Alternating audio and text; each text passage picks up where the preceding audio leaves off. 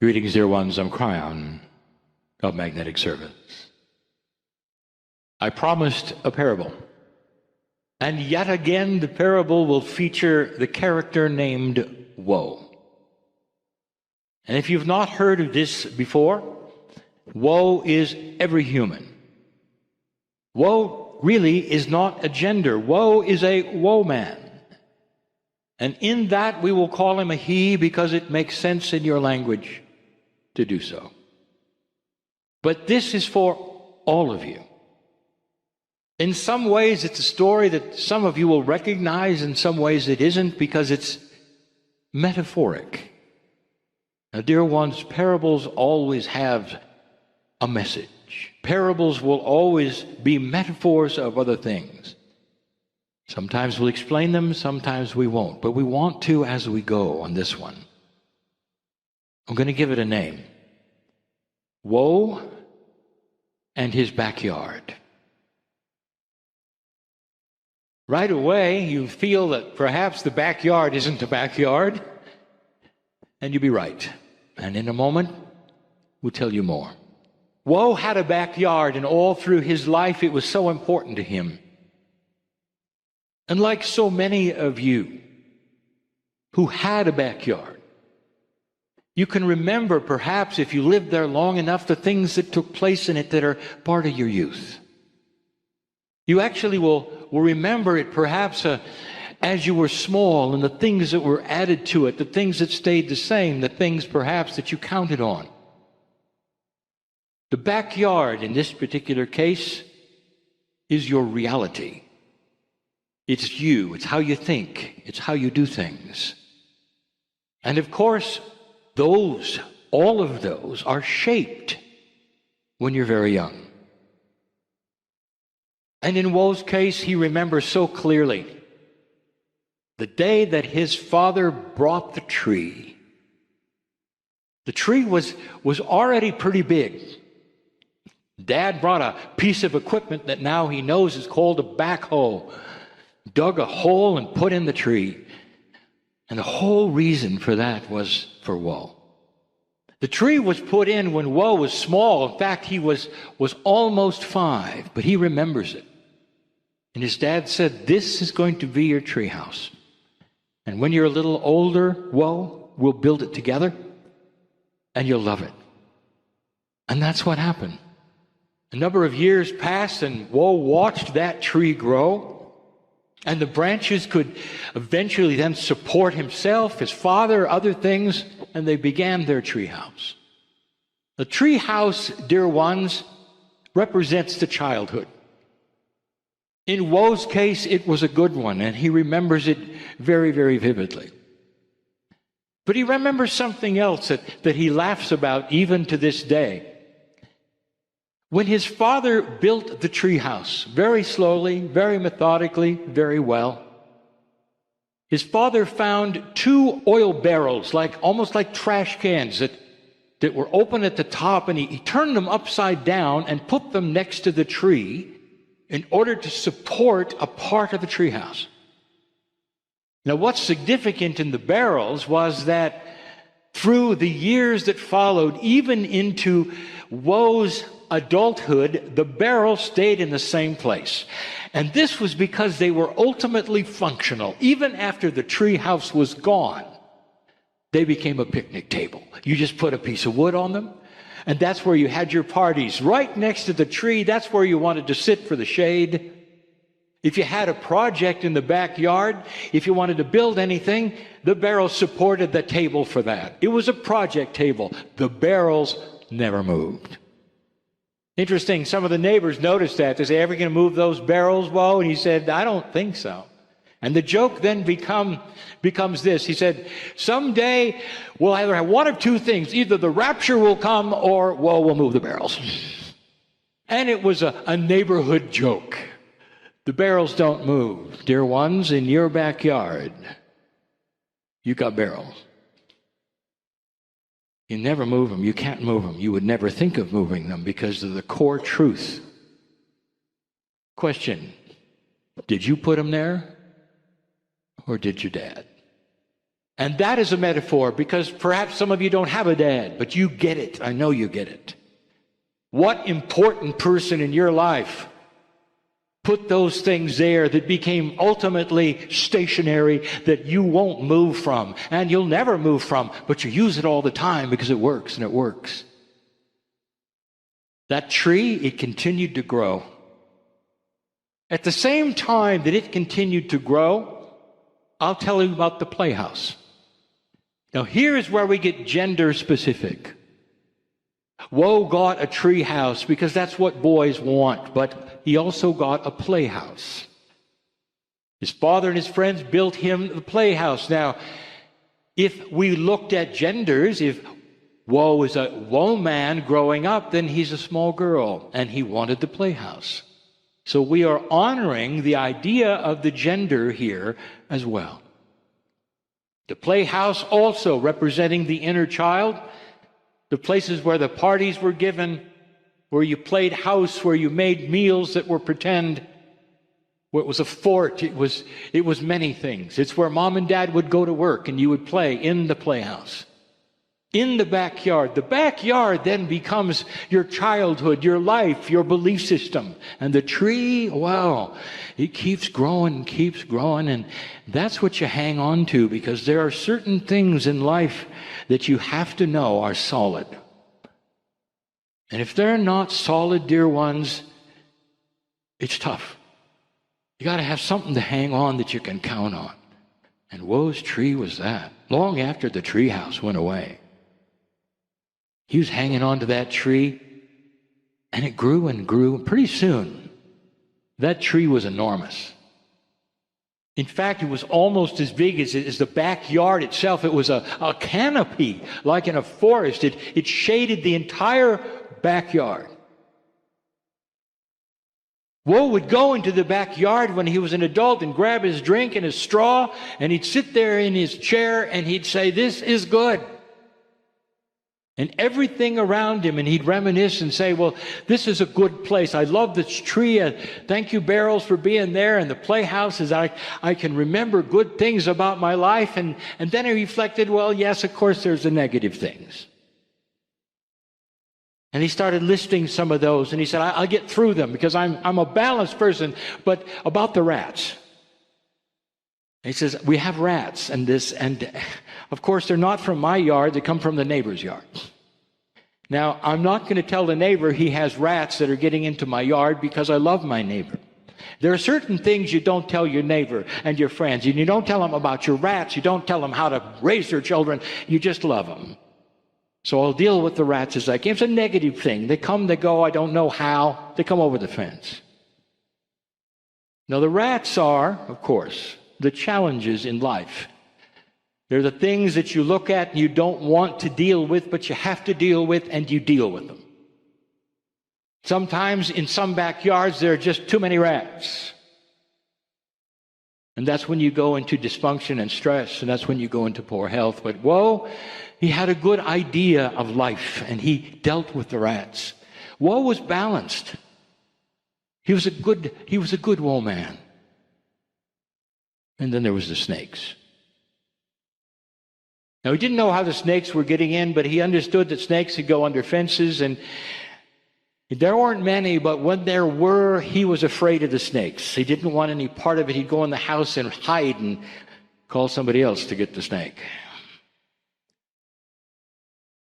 The snake was always the fear of something you couldn't fix. It was the fear of death, disease. It was whatever it is that's beyond a rat.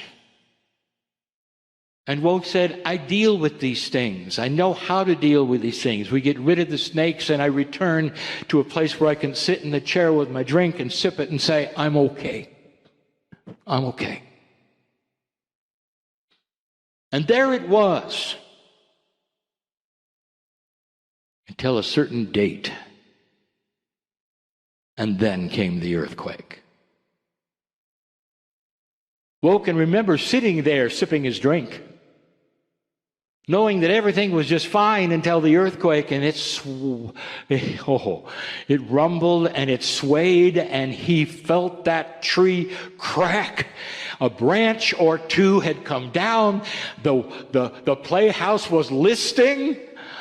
All of these things, and he was so happy. He was not hurt. His neighbors were not hurt. He looked around. He didn't know anybody who had perished, but oh boy, was there some changes. And after he'd recovered from the event, he looked around and said, I don't know what happened, but it's still okay. Tree's a little different. Playhouse is a little different. I think it's all right. Yeah, until the inspectors came. Now, the inspectors can be almost anything in your life, but they do represent authority. Sometimes they don't represent authority, they represent epiphany. Interesting, isn't it? Anything that would ask you to change your backyard. But in this particular case, he knew he had to because the earthquake had happened. Interesting. If you looked into this parable, there were those in his neighborhood, are you ready? Who had no earthquake. But he did, and so did his neighbor. That tells you a little bit about the unspoken things in a parable. Woe was an old soul. Woe was a good woman. Woe had a consciousness that was ready to evolve. And his earthquake changed his backyard. The authorities came and they said, the tree, let's talk about the tree. And Woe said, no, if you're going to tell me the tree has to go, you leave. And they said, no, Woe, it doesn't have to go. It's too heavy. You saw it here. And they started to explain Gaia to Woe. They said, in the forests, Gaia takes care of the trees. Naturally prunes out through fire, disease, whatever. There is a system that takes care of things. But you have a tree that you elected to plant outside the forest. That means you are responsible for what Gaia would normally do. The tree needs to be pruned. You should have pruned it all along. Now, if you follow it so far, pruning that tree is that thing that you hold on to for strength. Pruning the tree actually might mean, depending upon who's here and who's listening, that you have to reevaluate your reality on a regular basis. And Woe hadn't. Most people hadn't. Most humans haven't. The tree is the tree. And suddenly they were saying, you got to prune it. Woe said, I don't want to watch. Will you assure me the tree will still be alive? And they said, not only alive, it's going to live for decades, maybe even past you. Whoa, the tree is the tree. It's a beautiful tree. We wouldn't hurt it. We're just going to prune it so it can grow better. When it was finished, Woe came back. Didn't know what he was going to see. Walked in the backyard and fell to his knees sobbing. Then pruned it. They killed it. They hadn't killed it, of course, but Woe had never seen a tree pruned like that before. There was no more canopy. There were no more branches. Funnily enough, through his lifetime, he had noticed a lot more stinging bugs. Now there were none. He didn't realize his tree was dropping them on him, even while he had his drink. He was gone. And what's this? He's going to have to get sunglasses. There's too much light. There's no more shade. And the inspector says, don't worry, there will be very soon. It doesn't take long. They grow back quickly, believe me. Woe didn't like what he saw at all. He understood what they were saying, but his tree, was gone. The tree that he knew was gone. The shade, all the branches, it had been cut back to nothing. And then the inspector said, I hope you didn't mind, Woe, but in the process of pruning the tree, we had to move the barrels. And Woe said, you moved the barrels? And he says, yes, it's okay, Woe. You moved the barrels? Yes, Woe, it's all right. It's all right. Woe looked around and wondered whether the rapture was coming. They moved the barrels. When we move the barrels, we notice something, Woe. Did you know that you had a nest of snakes in there? What? Yes, they were in the barrels all the time. How many? Did you ever look under those things? How many years have they been there? Well, then he realized, for life, he never had looked under there. That's where the snakes were coming from. Look at the metaphor, dear ones. The things that you would never touch, the things that were absolute true to you, the things that your father put there, if you had moved them, it would be almost a travesty. It would be to his memory. You just don't move those things that are so important to you. That perhaps your pastor and your priest told you, or your mom or your dad, or that professor that you love so much, and those barrels don't move because that's a tribute to their memory. And under the barrel were the snakes. Because they were never moved. I think you get it. Well, you know I'm sorry to tell you this, but that playhouse, you got to get rid of it. We could fix it, but it's going to cost too much. It'd be better if we just got rid of it. It's not, it's not an authorized structure anyway. It doesn't really have a foundation, and it's listing. It's going to fall on you. Woe was numbed at this time. He says, go ahead, take the play out. They took it. Came back the next day. It was gone. Met the inspector. The inspector said, it's a little harder than we thought to take that playhouse. And he says, why? And he says, well, because you had a rat's nest in there. You mean they weren't coming from the other yard? Oh, no. They were coming from your playhouse. Well, how often did you go in that playhouse? And Woe said, well, not since I was a child. It was just in there. It's just a memory. I want you to look at this, dear ones. There are those of you who still have the memory of the playhouse, and you will not go to that inner child because you've been told by someone that if you're going to be an adult, you act as an adult, and you don't laugh like a kid, and you're not a kid, and you squeal like a kid. You don't get on your hands and your knees like a kid anymore. And I'm telling you, dear ones, listen. If you will visit your inner child, it'll save your life. Your inner child is who you are. That's the beauty of a child in their innocence. And he never went in there. Woe was an old soul, and he was balanced. But as he ignored these things and just let them be, in came the rats, and in came the snakes, and all the other things. Not too long afterwards, Woe found himself in the backyard, in his lawn chair, sipping his drink with a straw with sunglasses on. Because the sun was blaring, and he noticed something right away. Color. The flowers were coming, and they had not been there all his life. He realized that all things were okay. The tree, he could still grab it and hang on to. It was still his support. But it was going to have new branches, different kinds of shade. The playhouse in his own mind and the tree house was still there. He could remember it. He could laugh and he could squeal. The barrels, he had them removed. Who wants old barrels in your backyard? That's the parable. How's your backyard, dear one? How many of you felt the earthquake? Now let me give you another secret. The earthquake's different for all of you.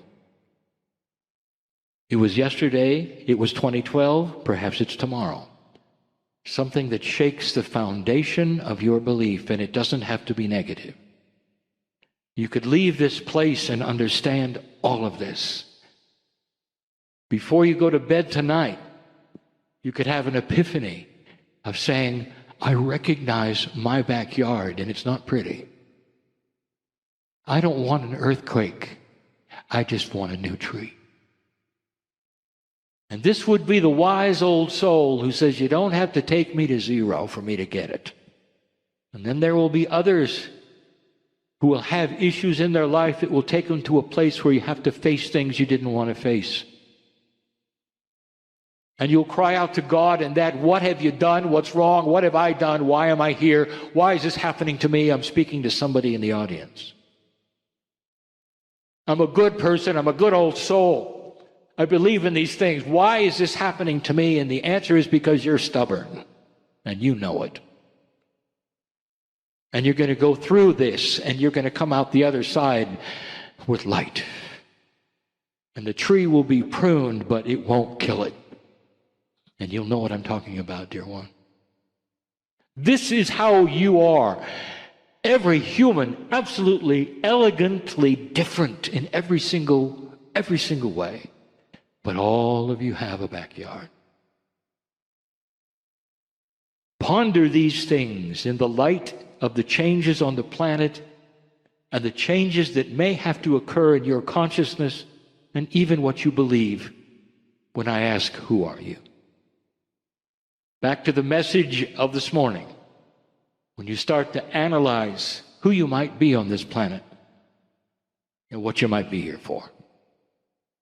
And the answers are beautiful.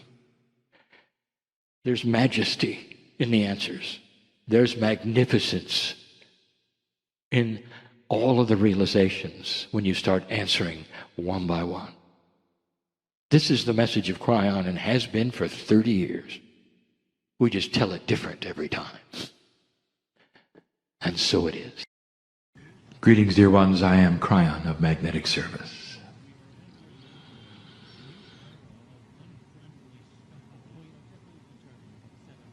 Again, we are here in a way that may seem strange to many. I want you to get used to hearing this voice.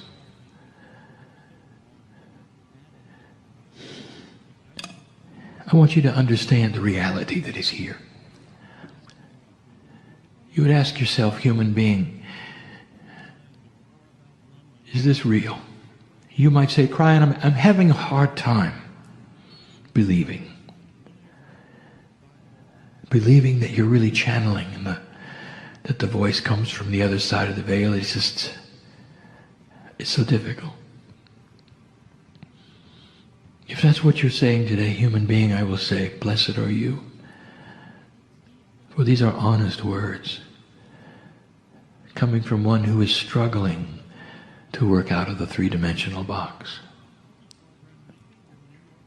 And what happens is that slowly, if you ask the right questions of your own self, of your own belief, of your own psyche, you start getting shown things you didn't expect. For if indeed it is a quantum experience on the other side of the veil, if indeed I am linearizing this conversation and presenting it to my partner, if this is true, this is a quantum experience. And that means that language is only a small part of it. That the audio that you would hear or the words that are seen on the page, such a small part of it. We have spoken of something called the third language.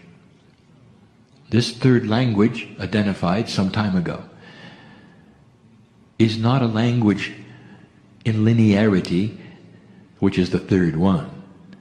It is a language of the catalyst of the three.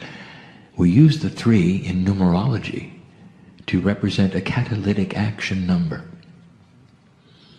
That is to say that all of you have the ability to receive what is being given at a level which is quantum and not language, and not words on a page.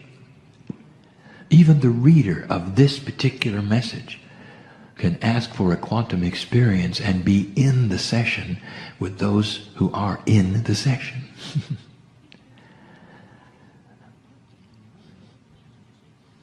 Art and music. We've told you that they are quantum. We have told you how you could go into the Louvre and watch a painting. That you can immerse yourself so completely that you can see and feel the artist creating it. That you become one with the creator of the painting. So much is there that is not for the human eye. And this is the one who appreciates the art.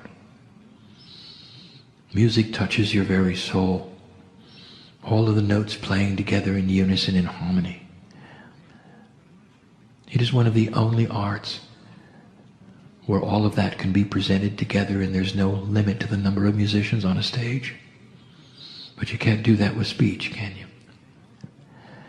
No limit to the number of colors on a palette. You can't do that with speech, can you? There's a little bit of quantum in everything, if you look. So look for it here before we start a message that is not going to be a quantum one filled with love necessarily, although it is. But we're choosing to do something unusual. We're going to give you some science. We've chosen perhaps an odd place for that, but we haven't. For we think in a quantum way. We wanted to come to this place. We want to honor those who built this building. We want to honor the ancestors who are listening. We've come to a very quiet place in the stillness of a Southwest in order to give a message of clarity, of purity, so that others will also receive it in that fashion. So it is not about the message at all, is it? It is about the delivery. It is about the energy of where you sit. It is about the preparation that we give my partner sitting in this place. And so we will. When we give a scientific message, when we give suggestions, I ask my partner to go very slow. Some of this has been revealed to him and some of it has not. I ask him to proceed slowly, for it will be seen and read clearly, and much will be seen around it. For what follows in this message is not just esoterics. There will be a practicality, and there will be physicists looking at it. And that makes my partner nervous. It is not going to be complex. For even the one sitting in the chair who doesn't understand science will still receive what they need to receive through the third language, and will understand why these things are being given. And all through this, the entourage which is poured into this place, which represents the ancestors of all of you, resounds even with the builders of this building, of the consciousness that allowed it to be planned so many years ago, for the display of ceremonies that it has on a regular basis, and what that means to the earth and the land, to continue to hear the ancients giving the sounds that they have given for so long. All of this wrapped into this building, into this place where my partner gives a message of science. Not necessarily a long one, but one which you have to hear.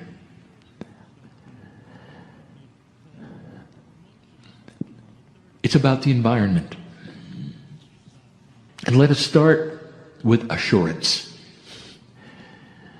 Let us review one more time that what you are seeing in weather changes on this planet you have not created by yourselves with human effort.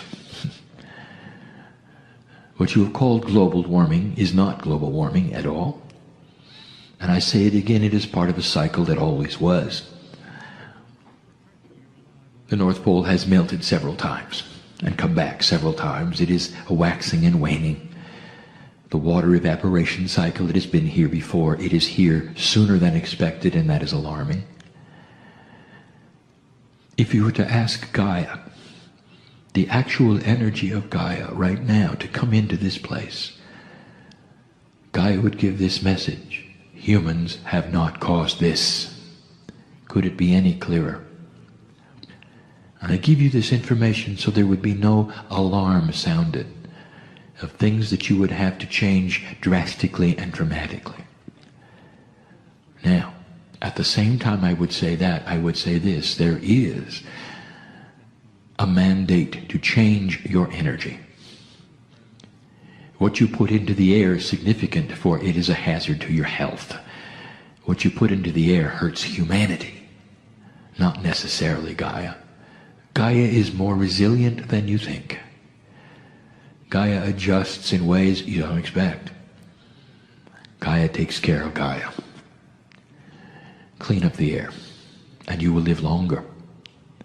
And that is one of the subjects of today. It's going to get colder. That's one of the subjects of today. You're going to need more energy. That is the subject of today. And we have given you the steps of creating energy easily. And we've given you advice in the past. And one of them we wish to revisit. For it's time for you to think out of the box of three-dimensional when it comes to some of the things that we have discussed with you. You think in a straight line. You don't think past necessarily certain things that you assume. At the same time I give you this information, I will also tell you that this particular information is already known on the planet. It is the way of it. We do not give you something that has not already occurred to a human being. Free choice is what we have told you is the operative word, even in science. This must have occurred, and a human being must have had a situation where they're actually aware before we will give you a message like this. And the reason we do it is because one human being aware sometimes could do nothing about it. But the thought is given. When these thoughts are given to humanity, they normally land on the planet in more than one place. That is to say, epiphanies of discovery happen all at once, usually 3 to 4 times, in order to assure that they will not be lost. And so I am going to add this voice. There is tremendous energy available from the earth for free. It is not free energy, for you have to build an extractor to get it. But it's everywhere. Absolutely everywhere. It is called geothermal energy. And it goes like this. Below your feet, not very far, not really. It's hot. Hot enough for you to drill down and create steam. If you can create steam through natural process of thermal energy of the planet, you can drive turbines and create electricity. That will create heat. There are other ways to create heat as well, using even the geothermal heat itself. You're fond of steam engines, and you've been using them very, very long time, and you continue to. Today's nuclear reactors are simply very, very expensive steam engines. For you heat water, you create steam, and you drive turbines. So we are giving you something to think about. For nuclear power, as good as it is not clean. There is a side effect. And you know what it is. For there are waste products which are dangerous, and you know this. As clean as it is, there is still something you have to dispose of. Geothermal, there is no thing you have to dispose of. But it is dangerous. And now we open the discussion. If you can drill approximately 5 kilometers down, you will find enough heat. Now 5 kilometers to you is not that far in a straight line along the surface of the earth. Many of you walk that distance to school and work. It's not that far. But if you're going to drill down technically, it becomes difficult and dangerous. Not just dangerous for the driller, but dangerous for the planet. On the way down, through the crust of the earth to the 5-kilometer mark. You go through pockets that you might know are there, releasing gas perhaps, releasing fire perhaps, releasing water perhaps. If nothing else, sometimes you interrupt what we will call the integrity of the lubricant of the shale itself. And what I'm saying here is you might even advance the potential of an earthquake, all by drilling down only 5 kilometers. And so I'm going to give you the answer. And now I'm saying, think out of the box. All along you're thinking that you're going to drill down and put a pipe with water in it. What if I told you you only had to drill down a fraction of that distance, and you could find enough heat to boil? And you'd say, impossible. Oh, it exists over the hot spots of the earth, but you might know it doesn't exist in most of the places we're asking you to drill. Well, it will work if you don't use water. It's time to marry the highest technology that you have on the planet with things you didn't expect to marry them with. And this is thinking out of the box. This is becoming a little more quantum, seeing the entire picture instead of just seeing what you think it should be. There are solutions, and you know what they are, and they're elegant, that will boil at a fraction of the temperature that water will. And this is the answer. Learning to use those substances and those fluids and that chemistry into a geothermal machine that doesn't have to drill down 5 kilometers. How about 2? And we tell you this because you're going to need to do this. And if you do it, and if the advice is followed, you'll find that the timing and the synchronicity of discovery is at hand. That is to say, you will understand these things will fall together. You will get the steam engine, and it won't take 5 years to build, and it won't be dangerous, and you don't have to cover it with a shell. Much easier. It won't belch smoke. It won't pollute. And you don't have to worry about being next to it. And it'll drive electricity. And you're going to need to heat homes and businesses, because eventually it's going to get cold. That's number 1. We're going to give you one other invention. Now, this also has been presented on the planet. This has been thought of and not acted upon. This actually is not all that new. But I will tell you that there is a situation at hand where it was inappropriately purchased and pocketed. So I'm going to give it to you so that the public can see it, and anyone with synchronicity who listens to the message and reads the words will understand it. Even you sitting in the chairs will understand it. And the scientists and the physicists will then have to implement it.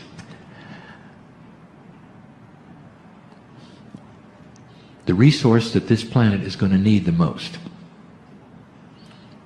as the population grows, as the weather changes, is what you probably already have guessed. Fresh water. Already it's becoming scarce. You will notice the snow is falling in the wrong place.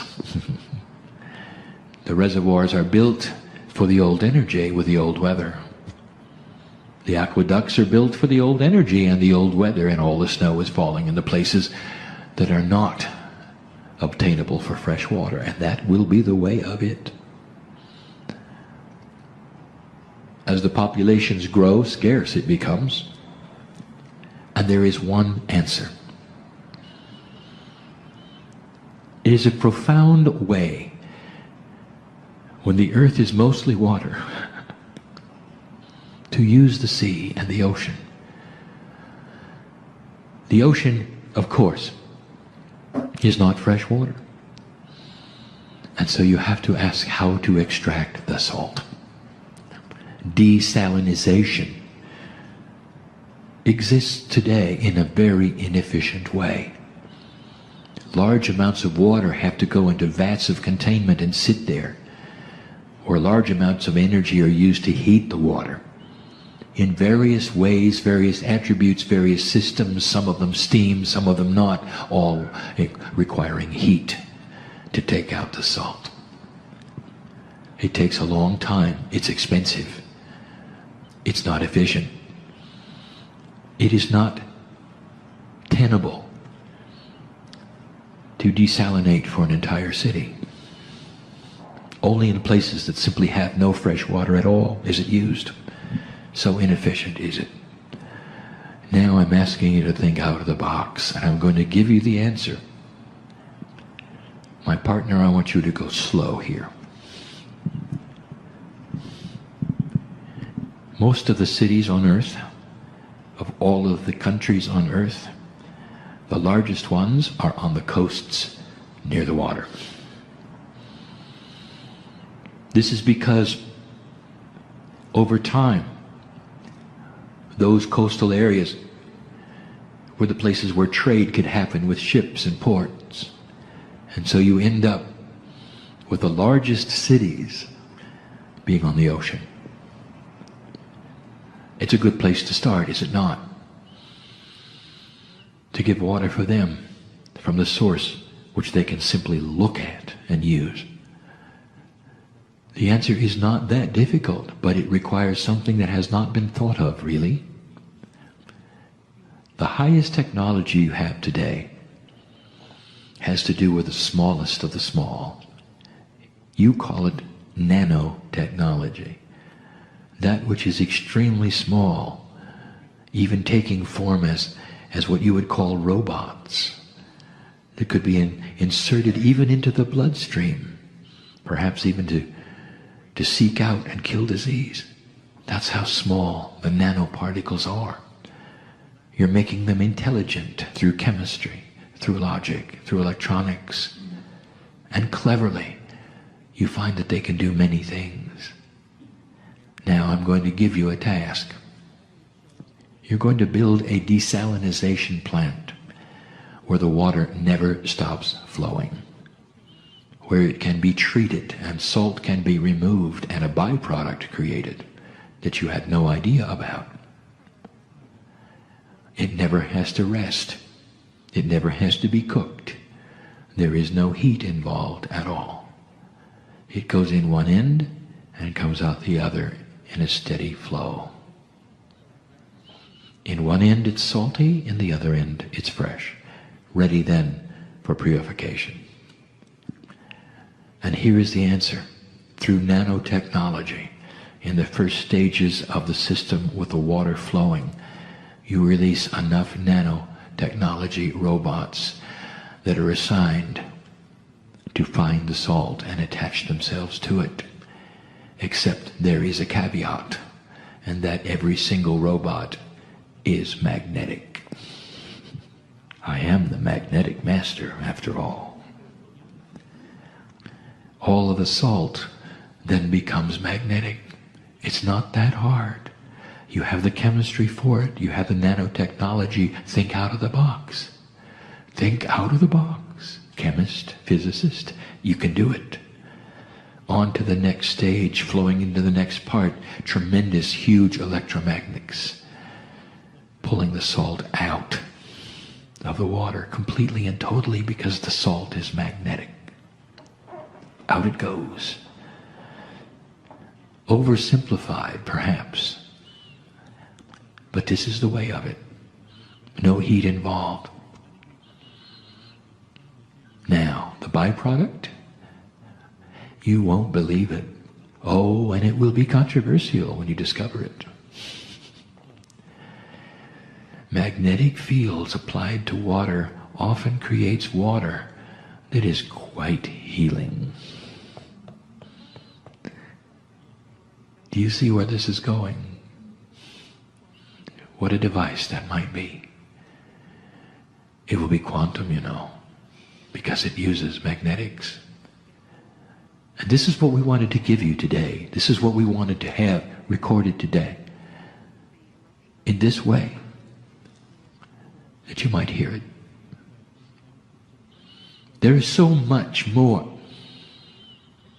And just in closing, I will tell you what we see in the future, and we're not going to give you a time frame, for there is none.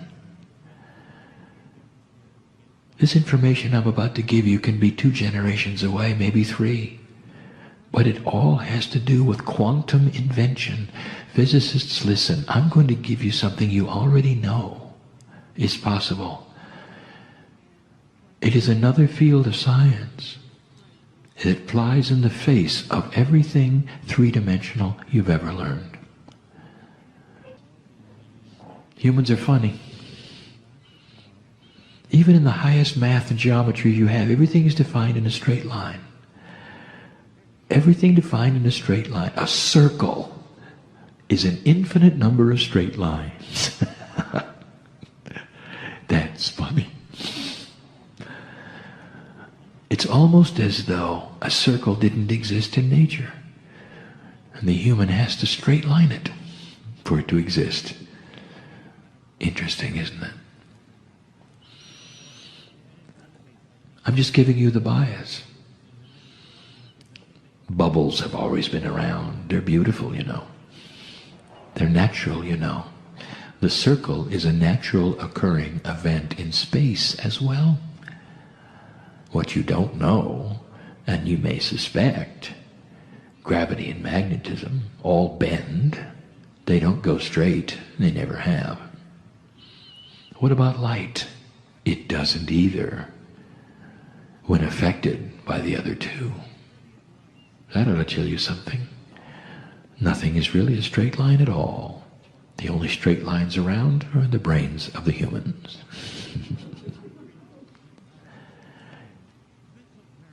You're not using the right kind of math either, and we've told you that. There is an elegance of math that is quantum. And if I begin to tell you about it, even in the simplest terms, it's going to seem overly complex. Quantum math uses something that is going to be discovered, and we're going to give it a name, and that's going to be influential numbers. Numbers that exist not with empirical values, but with values that are influenced by the numbers around them. 4 is not a 4. 4 is modified because of the numbers that sit next to it. In a formula, in linearity, in counting, each time a formula is manufactured in a quantum state, looking for a solution, all of the numbers are modified by the numbers next to them. They're influential numbers. The 4 is affected by the 5. Reduced maybe by the 3. And in quantum math, if you use influential numbers, dear ones, it is a beautiful thing when you find out the attributes of them and they are consistent. You will then have the formula for a circle being a whole number, not an irrational number at all. It won't be pi. It'll be pi solved. We ask the physicists to work it backwards if you have to get a whole number of pi. That'll give you a hint at what has to be done. Imagine mathematics with influential numbers, where each number is not empirical, but influenced by the one around it. I'm giving you high math now. And here's how it's going to serve you. Because when you start to understand it, you're finally going to understand what I'm going to call the holy grail of physics. That's a human term. In your straight line thinking, in your bias, you have all of your 3D formulas, don't you? And when you look at the basis of physics, you talk about those things which have mass.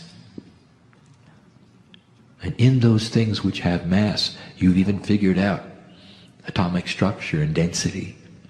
All those things. And you think they're static, don't you? You think there is a formula that is for everything. If it has so much mass, it weighs so much in a certain atmosphere, a certain gravity. You've got it all figured out. And I will tell you that all of those formulas are 3D. And as soon as you become quantum with them, they all stretch. All this to tell you this: it is possible for you to alter the mass of any object in existence. It doesn't matter how large or small or dense it is. You can alter the mass of it, and you have thought all this time that the formula is static, and it is not. In Yugoslavia, there's a workshop. Historic it is, for the man who thought out of the box, Tesla. And in that workshop there are marks on the ceiling for the objects that took off on his workbench and went straight up. Shattered they did, hitting the ceiling they did. Nikolai was frustrated, for he had discovered massless objects and didn't know how. He thought out of the box, the only one in existence to ever give you a thought of how alternating current might work. Oh, it's more than 3D, study it. The same applies with numbers. The same applies with mass. And I will tell you that it is accomplished through magnetics. Always has been. And that was the experiment. In Tesla's time, without a computer, without any of the finite instruments you have today to measure what you have, he did it, but he couldn't control it. Frustrated he was. By the way, he's back. I'm not going to tell you where. Maybe he will listen to this and know what to do next. Clever it is how magnetic fields must be arranged around other magnetic fields. Even solutions that are magnetized to create fields within fields, sometimes at right angles, sometimes not, to give you a condition that will create a change in mass. None of these things are out of the purview of human development. How long it'll take? We don't know. That's up to you. But do you understand what it will change? That means that the things of science fiction are finally yours. What you call anti-gravity is simply an object without mass. It'll float, no matter how big. It's doable. It's in all of your science fiction movies. Maybe it's time to implement it. Kryon, why do you give us these things? And with this we close.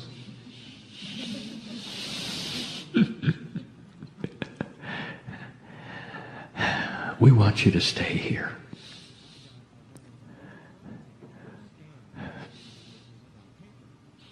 Give it in love. We want you to stay here. And you're not going to have much luck with that unless you start thinking quantum. Unless you start accelerating the inventions and put some of the politics out of the way.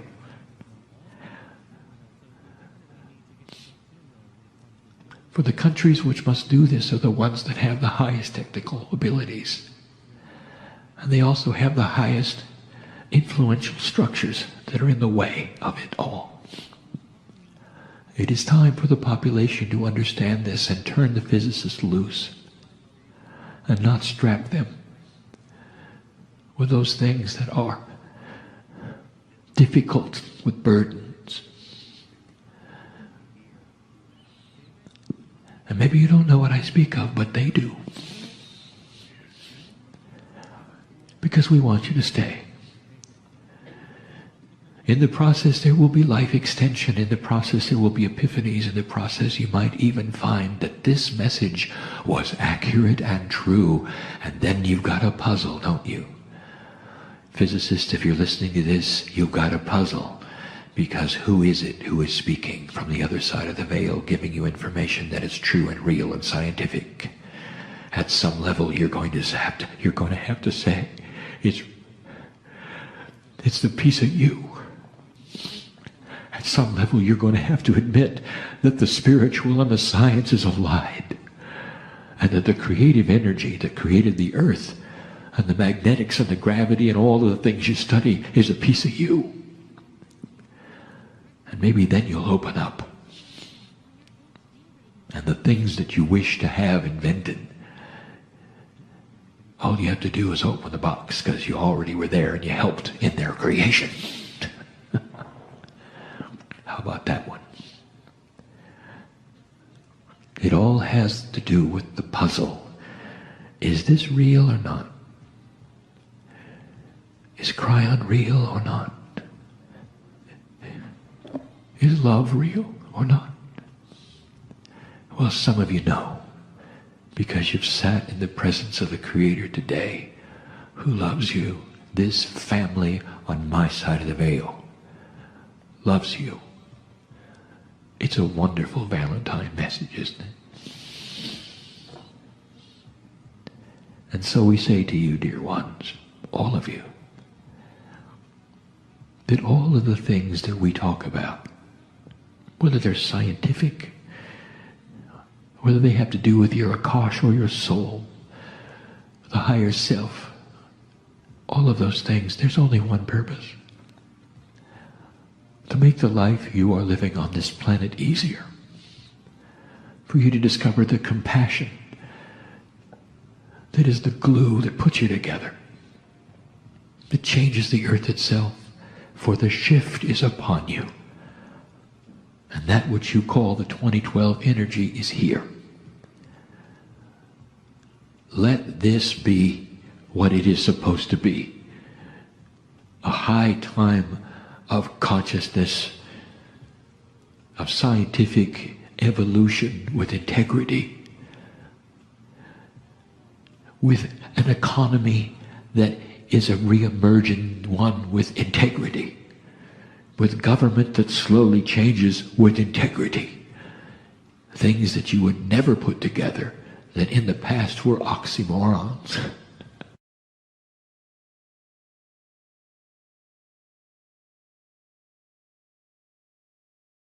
Let's spend some time getting into that timeless state of being in the now.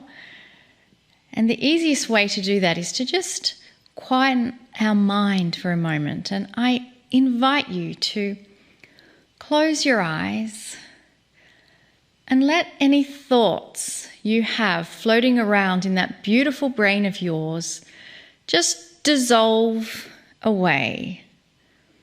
We're just going to melt all of those thoughts, those things that we're thinking about, what we have to do in another hour, what we did last night, all of those thoughts, let's just bundle them up and let them slowly dissolve away and fade into the background.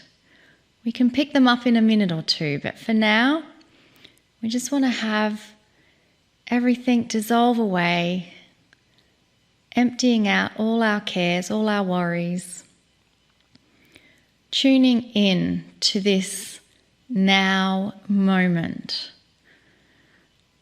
There's nothing to do, there's nothing to even think about. There's simply just this sensation of being in the now, being fully present within this moment. And so when you feel that you have come a little closer to being in that now moment, just have that attitude of relaxation and that softening of all the parts of your body so that we can now receive a message from Kryon.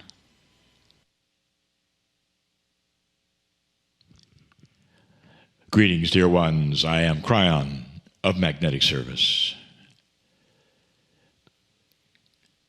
The channelings this month in these programs is about timing. So many questions, personally for you, the Earth, especially of what is going on right now on the planet, the surprise of war. These things, dear ones, come about in cycles. But the one I want to talk about right now is that which is you. What is the cycle that we have given you over and over for 32 years to look forward to? We called it the precession of the equinoxes. The ancients actually identified it as a time of change. The Mayans called it a new creation cycle. Other indigenous had many other names, but they all said the same. Things would change. Opportunities for change would be there. They watched the stars. They saw the energy that it might create. They actually channeled the messages, and they were accurate. And it's so true. You are in the shift at the moment. And we have taught that for all of these years. More years than not, we told you it was coming. And now it's here. What is the timing of this in reference to you and your soul? Last week, we discussed something in the Circle of 12. And we had you standing ready to come here. And we called it the wind of birth. We also then described you in that area as heroes in the making. But the question remains, did you actually plan on being here at this moment? Is there some kind of Akashic timing that would help you to be here? The answer is this. It's more profound than you think. Now let's go back. We have given you a lot of information about you as an old soul. And if you have been reflective in this and have studied any of those messages for yourself, you might recall that old souls are those who have been in this school of earth many, many times. Your Akashic record would read that you have had lots and lots of lifetimes, especially on a planet where through centuries, the lifespan was very short. So you might imagine, if you've been here since the beginning, how many thousands of lives you've lived. But you don't have to have been here from the beginning to be an old soul. You just have to have an experience on the planet, which is lengthy. Perhaps even several hundred years to have been here over and over. And what happens each time is that this Akashic record of yours collects wisdom. It collects the been there kind of energy where you awaken the next lifetime, often in the same culture, and you have a more comfortable lifetime because of it, because you know a little more of what to expect. Many times you can see things coming. You can make adjustments because of it. Or you'll have that deja vu experience, been here, done that. I'm not going to do that before, and make adjustments. So what I am saying to you is that the timing often of things that happen to you on this planet, your planning, is wiser than those who are not old souls. Where are you going with this, Kryon? I'm telling you that the more lifetimes you've had on this planet, the more you are aware of the planet, of what is here, of how to work with it, of the potentials. You have what we call slogged through old energy 4 centuries. There's very little light on this planet, dear ones. There are light pockets, and we've talked about that. But suddenly, it's different. This is the shift. It's the one that the ancients talked about. It's the one that we talk about, where the actual quantum field that is around you is being rewritten, rejuvenated, renewed, where the planet is moving into new areas, where the magnetic grid has shifted to allow for higher consciousness energy to be here. And old souls are the key. The more old souls who are on the planet at this time, the better chance you have of pulling yourselves up by the bootstraps and sending light to the earth. Now, take that premise for a moment. We need you, old soul. Let's say that you have started a lifetime, and maybe it was only 30 or 40 years ago. And that lifetime came to a quick end, and you only made it to perhaps 25, 26 years old, and then you passed. There would be those around you. They would say, how could that be? They were on a trip that was enlightened. We could tell that they were very wise. How could their lives be shortened so much when they had so much to do? Now get ready. What if that was in the plan? Your plan. So that you could have one more short lifetime and come back and grow up so you'd be an adult for the shift. And the reason is because we need you at a certain age. And that certain age will mean so that you could teach others better. So you'd be seen by society in a certain age group and do a better job with what you are here for. I just gave you something to really think about.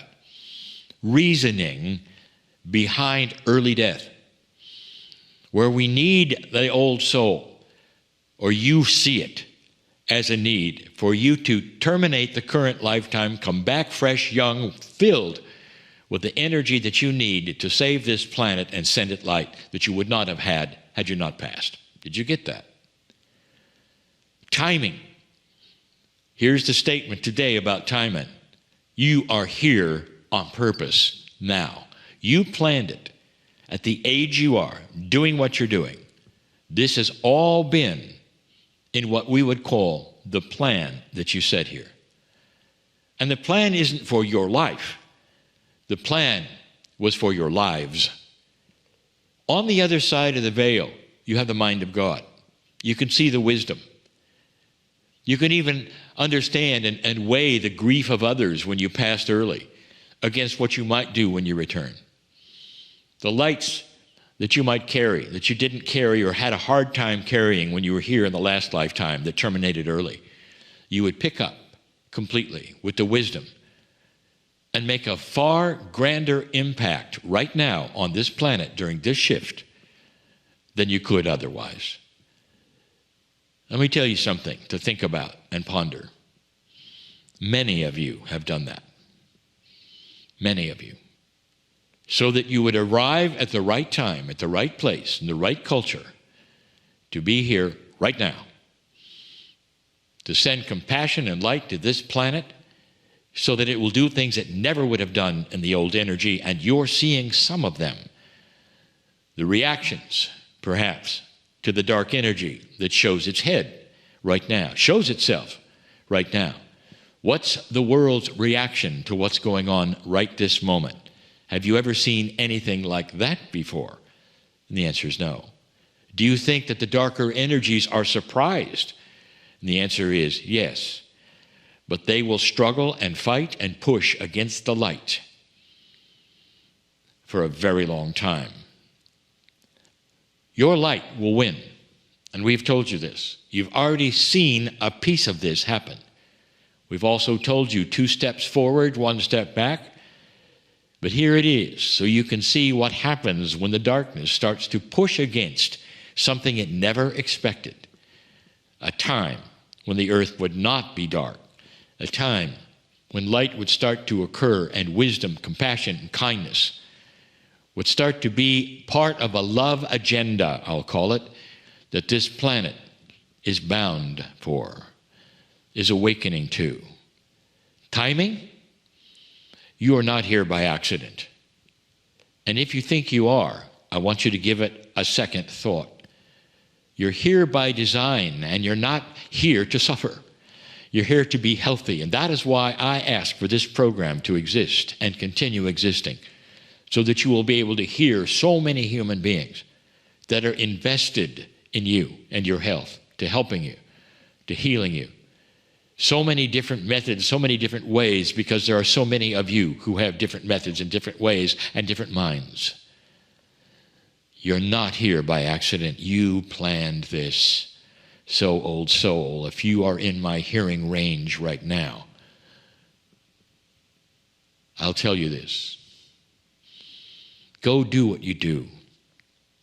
But understand that you have an entourage behind you who wants to lift you up and take you to a place where your light will shine and show. Don't let things get to you to beat you up emotionally or spiritually because you see some darkness or don't understand something. You're here to thwart it, to change it, to convert it to light. It's not an easy job. That's why they call it the light worker. That's why you're here. But if I ask you to get going on it, in all love, understand you are dearly loved, each one of you, here on purpose for the salvation of the consciousness of this planet. And so it is.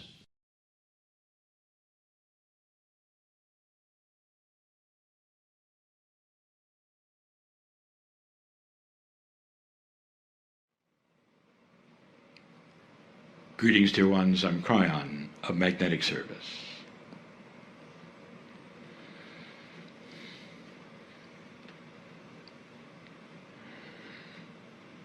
The element that is studied today is water. And we'll just tell you that that is water is life. And if there's any kind of a metaphor that would say, what does the element of water mean metaphorically to the human being? It is life itself. Life. You've had that which is the soul, you've had that which is consciousness, but life, how do you weigh the importance of that element? But beyond that, dear ones, you've already discovered that water in crystallized form will show the effect of love and compassion, consciousness. You already know that. There are those in this room who know about that which is the energies that are esoteric of the human being. Energies that were known from the ancients and processes that are used today, taking advantage of them, that Western medicine is just now discovering. So you also know the power of consciousness and how it changes the energies, how energies can be then altered by the way a human being thinks about themselves. There are those who use energy work who have discovered a long time ago that there are human beings who can sit and endure it and have no change, and then there are human beings who can sit and accept it and embrace it that will be healed. So what does that tell you about the meridians? Do they just sit there and do their thing, or are they like antennas that pick up the intent and the consciousness of the human being, amplify it, and go into the places that are designed for them to go into, and affect that which is at the cellular level, life itself, the water? Every process you can think of in this room that you have done or you may be an expert in, seems to also know who you are when you do it. It's almost like it tunes in to the human being who is part of it all. If you go away with nothing from this series, I want you to remember this one thing. You are powerful. More than just powerful. You are selectively powerful. That is to say, you can design who you are. You can design the diseases you catch and heal. And how you think and what you perceive will lay upon you like a book. Like you can open it and read who you are. I'm afraid of this. I'll catch this. Or I'm going to survive no matter what because I will not catch this. I will not do this. This will not attach itself to me. I am a healthy person. My cells all agree. They cooperate. I know who I am. They know who I am. Which book is yours? No time in history is this more prevalent and more exciting than now. More is happening than you know. The shift that you have gone through at 2012 starts to move so many things, and it is incremental. So slow is it you may not even understand that it's moving. You'll have new processes and new ways to measure them. You'll start to see that which is the body's energy itself start to cooperate with the energies of the consciousness of the human being who is using them. You'll start to see something we've told you before, and that is a move away from that which you've had, which you call allopathic. That there will be no more cures as you think of them, but more like healings and reversals as you design them.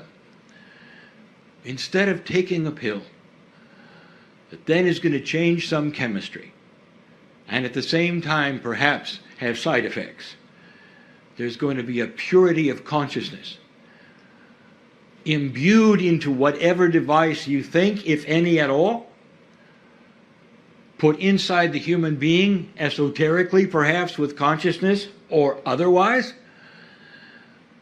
and the body will recognize it. What do you call homeopathy? Is it a pill? No. It's a signal. The difference should be obvious. Homeopathy is not a drug. It's a signal. It's a signal that is designed to talk to that which is your innate. Your body sees the design, the message is complete, and the healing begins. What does the homeopathy tincture carry that is so remarkable? And why would a signal demand the body do something? And the answer is that with the signal that tells the body what to do, there is the instruction from the boss. That's you, because you are the one who put it under your tongue. And it was your intent imbued upon that which is the tincture. You're the boss talking to yourselves in a way perhaps that the ancients always knew about. When you do acupuncture, what are you really doing? Is the energy in the meridians, in the needles, in the esoterics of it? Or is it a signal? Using that which is the energies. And the signal is instructions. I know you're there, this is the meridian, this is what it does, and it comes from the intent of the one that is able to sit through it and say, it is my body, this is what I want. All of these messages being given to the human body, right to the life source, right to the water. What do you know about water? You can restructure it with consciousness. What do you know about the human bonding of the water to life itself? You can change it with consciousness. What have you already discovered through the ancient processes that I've just mentioned? Healing, instructions to the body. I want you to start seeing something, that there are more of these than you know. The affirmations that you're now speaking out loud is part of the issue of bringing it out and letting the ears hear it, let it go into the consciousness and affect who you are. Meditation itself is so strong now because it's the human being with the intent giving instructions, not just energies, not just prayers. Do you see the difference between praying for something and instructing? Is it possible you can instruct the planet? Is it possible you can instruct yourselves? With all of this, do you think perhaps you could increase your lifespan? Stop aging to the degree that you are. A body ages because it doesn't have instructions. Are you listening to me? The body ages because it does not have instructions. You'll say, this is silly. The body ages naturally because of the way it rejuvenates or does not, because of the telomeres shortening, because of this and that. And I'll tell you, dear ones, it will do what it does if you just sit there and watch it. And that's the default of the way a body works without instructions. But when you start instructing it, then you give it the blueprint of how it reproduces and how it regenerates and how it chases away the inappropriate things. I'm telling you, you're in control. No more than any time in history, you are in control now.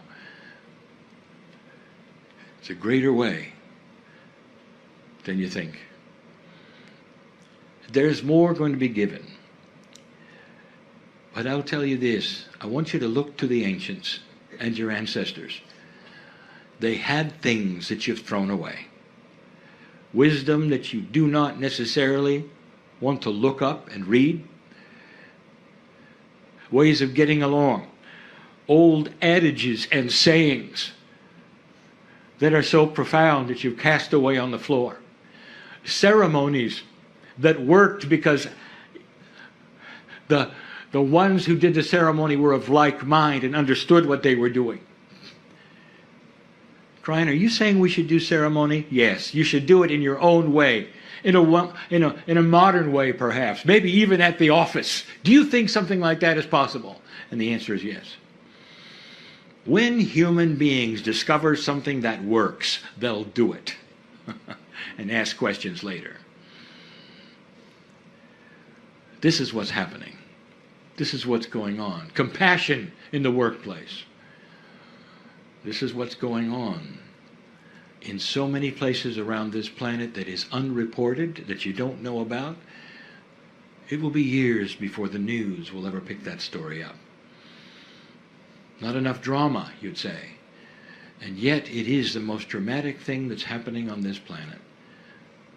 And it will eventually create compassion and peace where there wasn't peace, negotiation between countries that looks far different than it ever did before.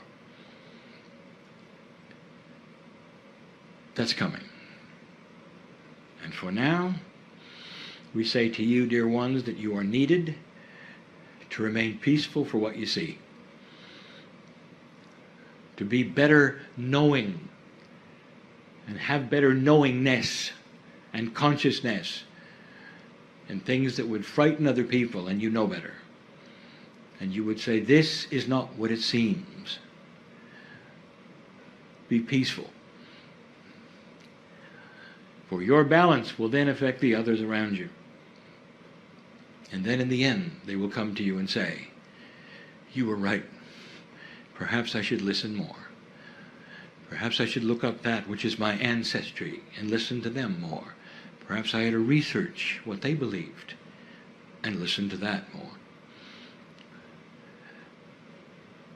That's enough for now. And so it is.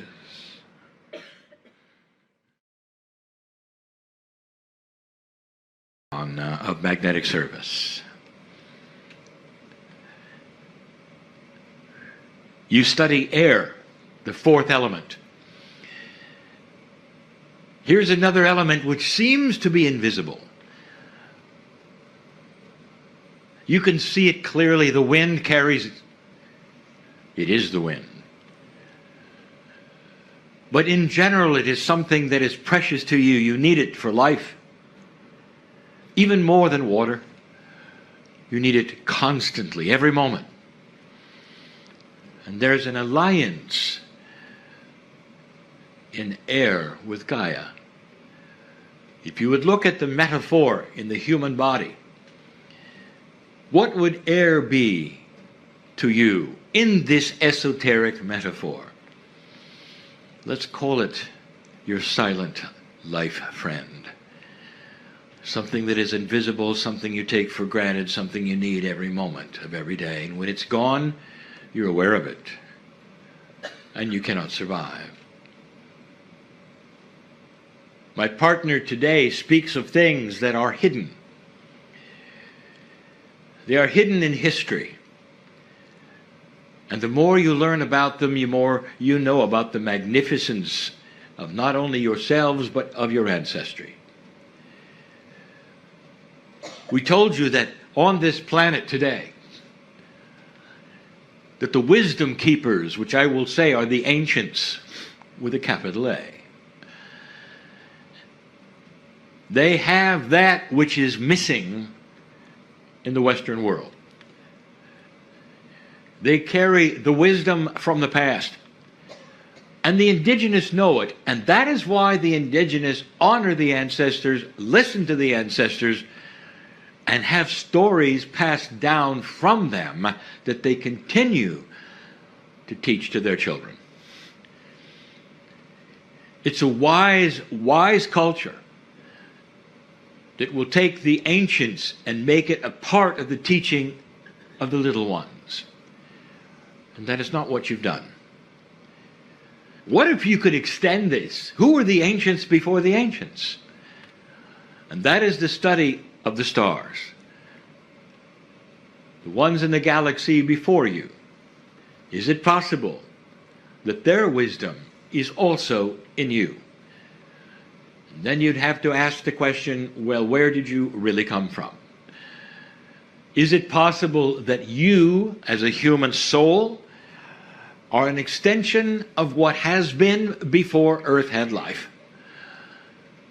And if that's the case, do you have wisdom beyond the planet that you could pull in and help what's going on now? That invisible friend called air is the ancient wisdom you carry. What if you could pull upon this right now? I would like to tell you something, dear ones. Many in this room have. The ones listening to this in the future will begin this. The very wisdom that I am talking about, this invisible friend you have, is yourself in your own Akash. That, combined with what you would call the creative source, is the secret for peace on earth. You are starting to discover energy beyond that which you would say is the energy you would need to live. This is energy within the human body. These are specific energies that have always been here for your humanness and the biology that you had before you ever came here. If I told you that the energies of the creative source and your body were the same for other life forms all over this galaxy, would you question that? Would you say, well, the other life forms probably were not humanoid? Yes, they were. Other life forms were probably not like us? Yes, they were. And we'll say it again. When you meet them someday, they may look a lot like you. What did you learn that was not from Earth, that you pull in right now in your Akash, and you intuitively are awakening to something that's from the stars? Now, what would that look like? I'll tell you. The astrologers are awakening to quantum astrology. The homeopathists are awakening to esoteric, multidimensional homeopathy, energies beyond what they thought. Some of the most ancient and understood known facilitations are starting to have multidimensional attributes. That is an awakening from the stars. You didn't have it until now, and your Akash is starting to give it to you. This is your best friend. Air is so interesting. Did you know that right now, this particular group, where you are on the planet, is one of the freshest places you can be, with the purest air you could have? The reason? You study in school photosynthesis. You understand the air and carbon dioxide exchange. You understand that Gaia, the trees, are giving you the oxygen that you need for life. You understand that you give them back something they need. But did anyone ever tell you where most of the oxygen on the planet is produced? And if you would say, well, it has to be the forests, you'd be wrong. They're the smallest things that exist, the lichen. All of the moss, the rainforests, they are producing more oxygen than the trees. Therefore, you are in the right place at the right time to go outside while you can and breathe some of the purest oxygen that is being manufactured by your best friend, Gaia. You have another best friend in this metaphor, and it is your Akash. It is giving you the life force that will create something very special on this planet. New information for new health using the energy meridians of the body, and so much more. So much more. Energy of the human body will be the secret for longevity and healing someday, more than anything that you have today. Dear ones, there is so much more than you recognize within yourselves that you've never been taught. I want you to leave this place thinking about this. Surrounding you right now, multicolored universe of energies that have your name on it, that walk with you in that which you call your Merkaba, carried partially by you, your biology, your DNA, and even your soul, all mixed together to be something divine, beyond that which reality which you understand, and is the absolute secret of health and life. This is why, as you discover these things in the future, you won't overpopulate yourselves. You'll have wisdom to know what works and what does not. A whole different way of producing food, electricity, and water. A new paradigm of living for the planet will wipe out all of the fears that you currently have in 3D. You don't know what you don't know. If you can hold this vision and think positively, this positive feeling will carry over even into your next life. And when you're born, your Akash will ring with it, that there's hope, you're here for a reason, and you don't have to suffer. The new generation on this planet is the key to everything that's going to take place. And as time goes on, you will be the new generation. Think of it. And so it is. Of magnetic service.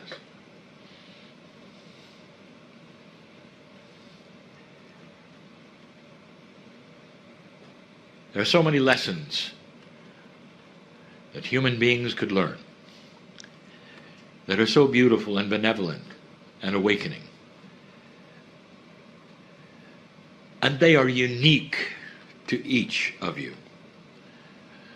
Those here in the room, those listening later.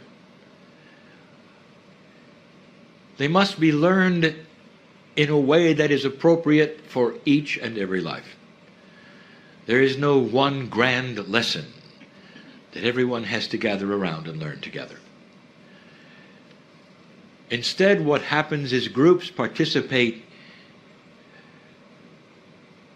in energies that they start to recognize. And it's not the facts of what you learn, and it's not the list that you might write down.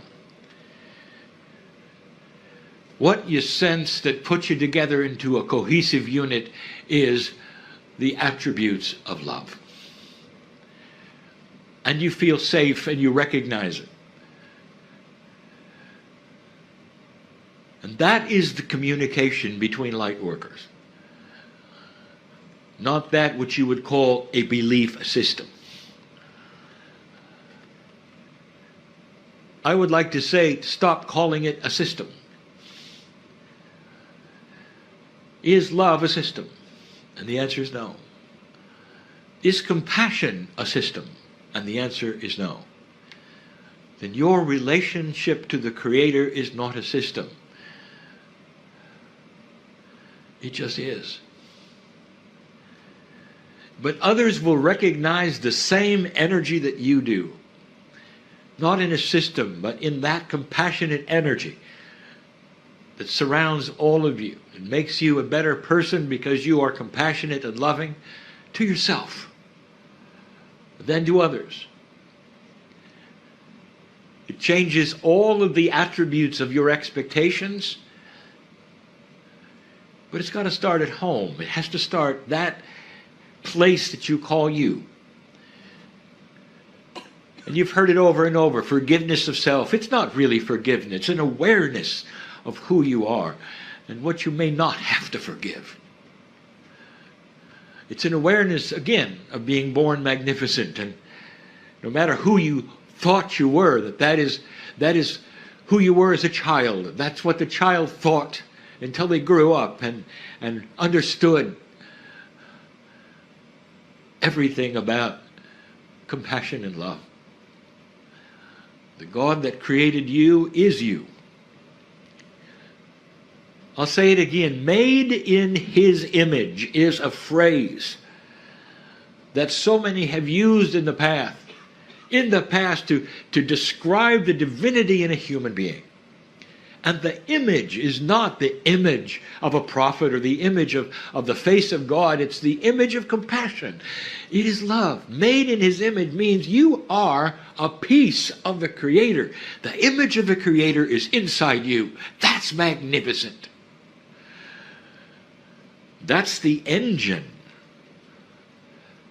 that you start to use to create whatever it is you need right now. Solution to the problem you came with today?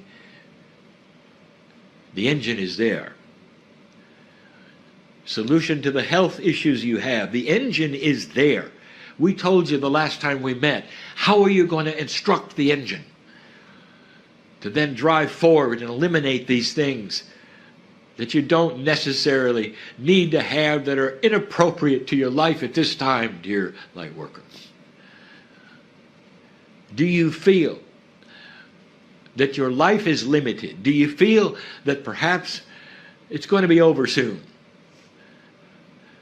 I will tell you that all of that thinking was placed upon you in an older energy, in a three-dimensional place, and somehow, some way, you have believed it to this minute, not understanding that made in His image means that you have control over the length of time you stay. And that nothing that is going on right now in your life is forever. That it can be moved aside today, tomorrow. You don't know what you don't know. And what you don't know is how powerful you are. The power is for you to change you. You're on the water, dear ones. This is the time. I want to give you some things you didn't really think about. There were a few astronauts a couple of decades ago that completely went out of the Earth's field of gravitation, and there were only a few. And these are the ones that flew to the moon. It doesn't matter whether they landed there or not. They were out of touch with anything that would ground them to the planet for a couple of weeks. And they never, ever got grounded. They never went to a port. And the fact that they were completely and totally outside of the Earth's magnetic field was significant. They were ungrounded, totally and completely.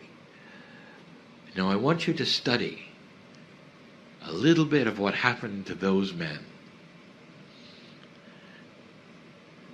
One of them became an artist, another a poet, another spiritually minded to the max.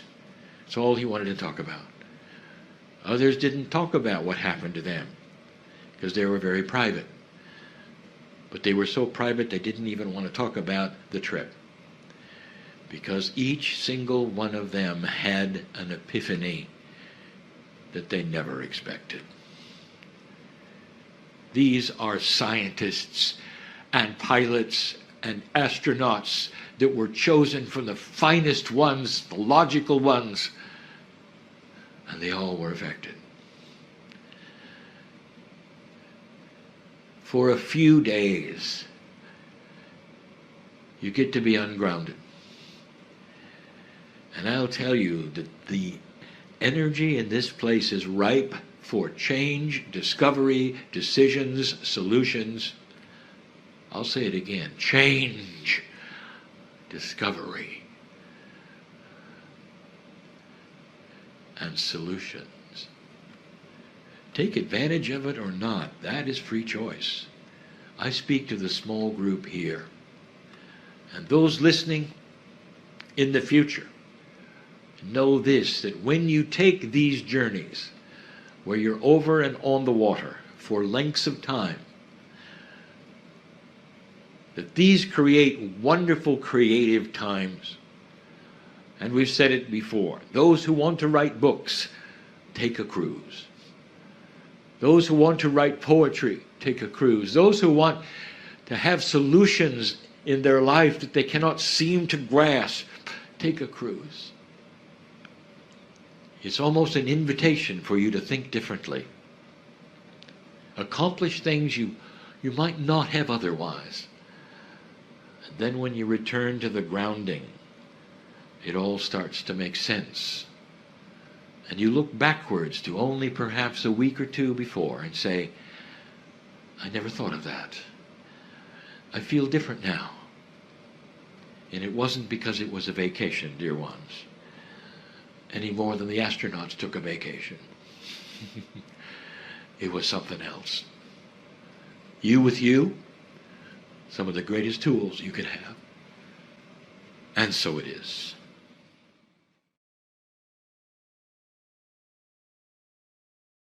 Greetings, dear ones. I'm Kryon of Magnetic Service.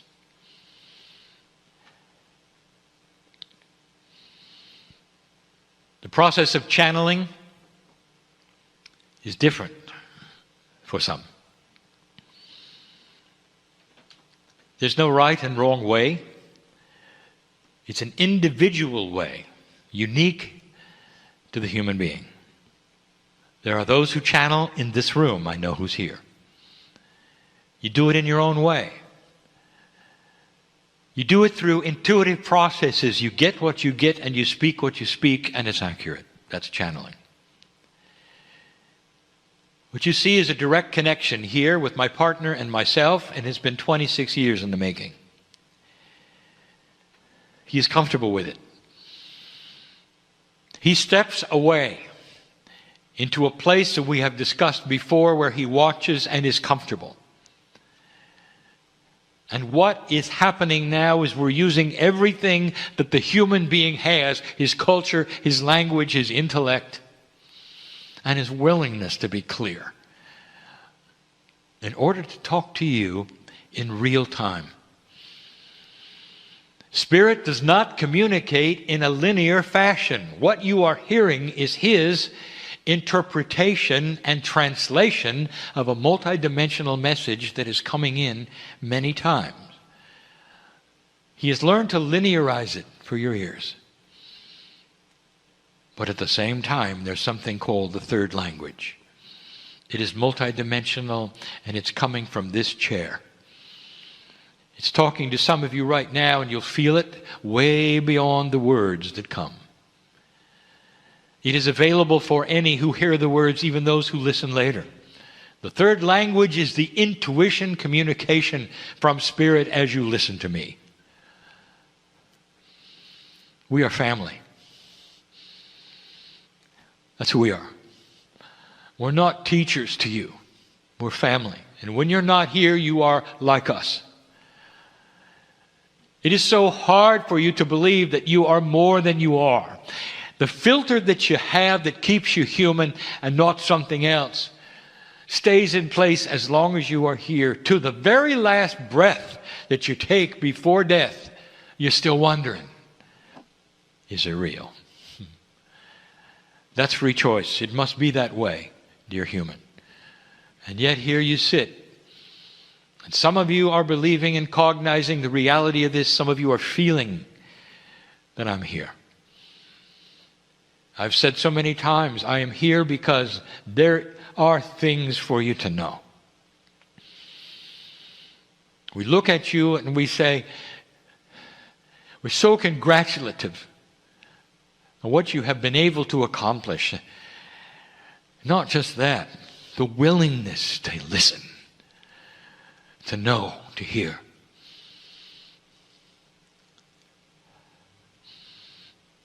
There are some who are here and who tune into this because you're in trouble. For a moment, I want you to suspend that. Did you know you can? There's a part of you that knows better than to buy into that which would cause distress with you. No matter what it is in your life, you can suspend it for a moment and feel the love of God in your life, if only for a moment, to help tip the balance of normalcy so you can breathe easy just for a few moments and know that all is well and that we know you. I want to call this the mid-year report of 2015. It's not a long, enduring channel. It is one we want to give you so that you know where you are. We speak of what is happening in a practical way, in a common sense way, to humanity and to old souls. Now there is a difference. For the new energy carries with it attributes that all will feel on the planet in a slow fashion where they won't be alarmed. And then there are attributes that the old souls feel very powerfully, very quickly. And they know it.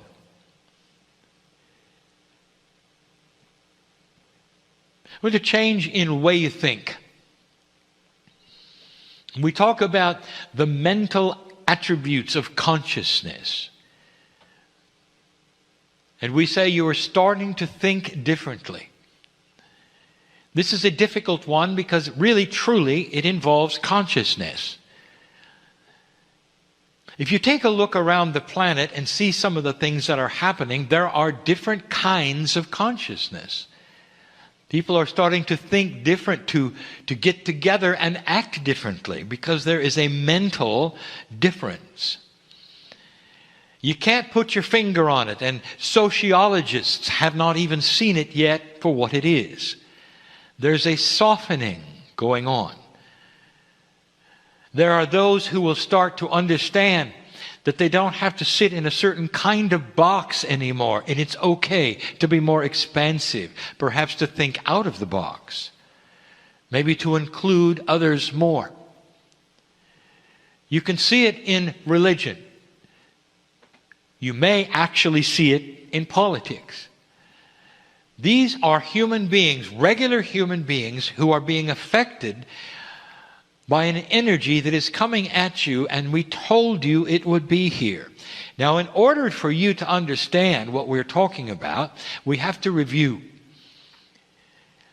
Some time ago, we talked to you about being in a new area of space. Your solar system, as it moves around the center of the galaxy, is entering a different kind of space that has a different energy in it. Ask an astrologer and an astronomer, for they both understand the ramifications of this. An astronomer will tell you it may actually affect the heliosphere of the sun. This then affects that which is your magnetic grid, which affects you. This has been the teaching of Kryon since the beginning. I am the magnetic master, and there's a reason for the name. Therefore, there may be different thinking. It's right on schedule, dear ones, and we said this before, and many of you are starting to see it and feel it. Is it possible that Earth and the solar system is moving into a different kind or area of space with an energy you haven't seen before, that literally is on target, on track, timed properly, on purpose, in case you had passed that marker of 2012? You needed it. And you're here, and you do, and it is. You're thinking differently. What is the most linear, unstoppable force that is the same that you can think of, that is the hardest thing to change? And you would say, well, from what we have seen, it has to be religion on the planet. The sources of it is old. The belief system has never changed. It is creating problem after problem because there is no willingness to change. And it's changing. You're going to see it, dear ones, in almost all of the boxes you call religion. But one of the biggest has a pope. We told you about it. We celebrated it. Before it happened, we told you you would have a new pope. We told you what he was going to do. At that point in time, you all thought the old one would die. What a paradigm change. It's called a wild card. A wild card is defined as something that happens that nobody expected, that is not in the paradigm that it should be. Imagine having 2 living popes. Even the Vatican is confused. Against all odds, one of them resigned. He didn't resign to die, dear ones. Did you notice? He's still around. And the new one took over. And against all odds, he was from South America. And against all odds, he has started talking differently than any pope has ever talked. Because he knows, in order to save his church, he's going to have them think differently. There has to be consciousness shift within his church to remain a church. It is actually more threatened than you know. There will be more like him who understand these kinds of things. It's the way of what we would call the mental attitude of humanity all over. You're reaching out for things you never reached out for before. The majority on the planet right now want peace on earth. It's the minority who don't care. We'll talk about that more in a moment. Where are you at this point in time? You're in year 2. We told you this before, dear ones. that this new energy was measured from 2014. 2013 didn't count. You were too busy with recalibrating yourself. And we were there for it. 2014 was year 1. This is year 2. How are you doing? Have you talked to a 2-year-old lately? How are you doing? You are beginning and you're doing well. What are the biggest issues that you are getting through? Fear. That's the first one. And you're doing it well. Against all odds, you're seeing what is in front of you, and you're starting to realize and recognize this is why you're alive. Old soul, this is what you waited for. And even though it might be tough going, it's finally here. It's here.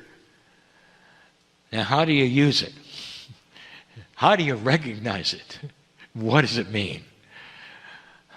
Can I say something to all of you at this time in your planet's history? Relax. These things are going to start becoming clear as you go. Part of the mental realignment, or what we will call the evolution of the consciousness of all those on earth, is that they're going to start wanting to have their spirituality make sense, instead of just following the rules of their parents. It's going to have to make sense. You're going to see some major spiritual groups be exposed. You're going to start seeing those who make a difference, making a difference in a different way. You're going to see some awakenings within the church, even all churches, when they start seeing that which is the basis of their attendance, which would be those in priesthoods, dwindle, because it's not making sense. And that's when they will start changing things. Others will have a resurgence. And the difference is this: look for compassionate spiritual systems to increase. If it has compassion and the love is obviously there, it's going to increase. Don't make the mistake of linking it perhaps to a master or somebody from the past. I'm not talking about that. If there's compassion and there is love, it will increase. It's a new paradigm. Those who have no compassion and there is no love and it's obvious that it's something else will dwindle. It's simple. Watch for it. You're going to see it. That's a mental shift. Physically, how are you doing? Dear ones, the physical body of the human being is going to have a resurgence in awareness. Now, let me speak in terms that are better. Human beings are going to start caring more about what they eat, what goes into their bodies, and a realization that what you have called alternate medicine doesn't have to be alternate.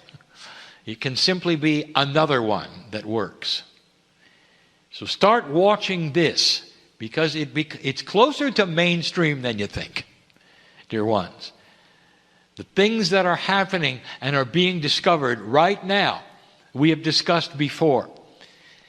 You're starting to move into a new paradigm of healing that's going to involve more kinds of energy than chemistry. And so look to this. You'll see not energy work as you call it in the New Age, but energy cures. That is cures and health remedies that involve that which is physics as much as that which is chemistry. Sometimes it will be together. It's coming. In some ways, it's already here. It's new. So physically, for you, both for the human race and for the light worker, you're going to start responding differently to these cures. Now there is more. For old souls, you're going to have more of an awareness of how to stay on this planet longer. Did you hear that? Now, this may seem unfair to many. Why is it that a group of people would have a better awareness than others? And I say to you again, it is no different from those in school who have been there for 9 years instead of 2. They know better. They know more. They're able to navigate within the system better because they've been there longer. That is why, dear one, you will start awakening to things that others will not. Years and years ago, as many as 15, I gave you a channel that said there would come a time when consciousness would determine how a person heals instead of the strength of their chemistry. And you're here. And that is what we want to tell you that is different. Today, my partner started to talk to you about some of the new things that he is seeing that are being embraced.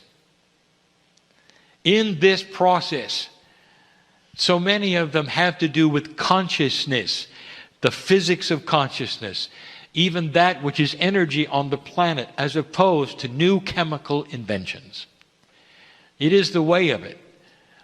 You're going to see more of it.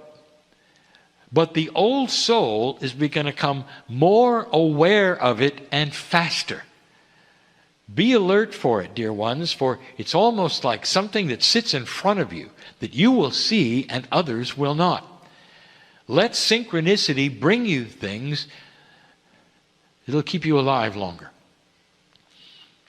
The physical body of the human being is starting to evolve through DNA. And in this process, it is the old soul who will have the benefit first. You've been around longer, you've experienced more, your Akashic record is stronger, and it just yells that this is what you've been waiting for. You're right on schedule. There's much to come in this. The third one is spirituality. And now we do not speak of the spirituality you have in this room or even those who are listening. We're speaking of the earth in general. We told you there'd come a day, dear ones, where this would happen, and it is. Do you realize what's going on? You are actually battling duality. For the first time in history, this planet has a war of dark and light, not of country against country. Do you see it? We told you it was coming. We said that there will be organization of darkness. The ones who are invested in keeping things the same, under the guise of a spiritual system, will create darkness, and it will frighten you, and it is. We've also given that which is information as a review, that the fear that they want to develop, they know, will stop you if you let it. That's all they have. You're doing well, for you're seeing it for what it is. There are some who are afraid, indeed. But the old soul has seen it before. And the old soul knows that it cannot harm them, because light will eventually win. What you see going on right now is very interesting, and let me tell you and paint a picture. Isn't it interesting to you that such a force could be gathered so quickly and move into so many areas, and the governments are not doing anything about it? This is because you're looking at a paradigm that has caught them all by surprise. They're used to fighting languages and countries and ideologies, not that which is dark. They're having a difficult time even agreeing that it's a problem, because they think it'll go away, and it won't. It's going to get worse before it gets better. There will come a tipping point where they'll all understand it finally and join together, and it will be the consciousness of the planet against a few. They won't have a chance. But not right now. So I use what you're seeing on TV right now as proof that these words are accurate and true. Your governments have never seen anything like it. Therefore, they have a tendency to discount it. They have a tendency to say it's going away, it's a fad, it's a flash in the pan. It isn't. It's new. It's the darkest thing you can imagine, and it's able to recruit from anywhere. Because darkness is anywhere you want to look.